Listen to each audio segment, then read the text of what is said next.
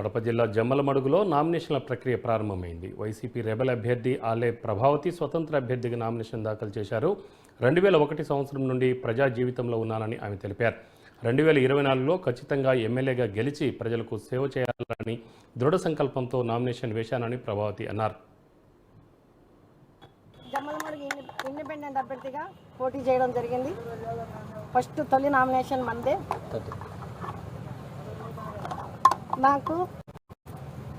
నేను గత 2001 సంవత్సరంలో ఎంపీపీగా ఎంపీపీగా ప్రమాణం చేసి ప్రజల్లోకి వచ్చాను. ఆ రోజు నుంచి ప్రజల్లోకి వచ్చిన తర్వాత ప్రజలకు సేవ చేయాలి,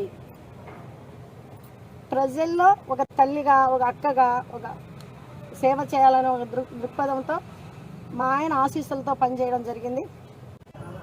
ఇప్పుడు 2024లో ఖచ్చితంగా నేను ఎమ్మెల్యే కావాలనే ఒక దృఢ సంకల్పంతో ఈ జమ్మలమడుగు అన్నదమ్ములు, అక్క చెల్లెలు అందరి ఆశీస్సులతో జమ్మలమడుగు ఎమ్మెల్యే కావాలని ఈ జమ్మలమడుగు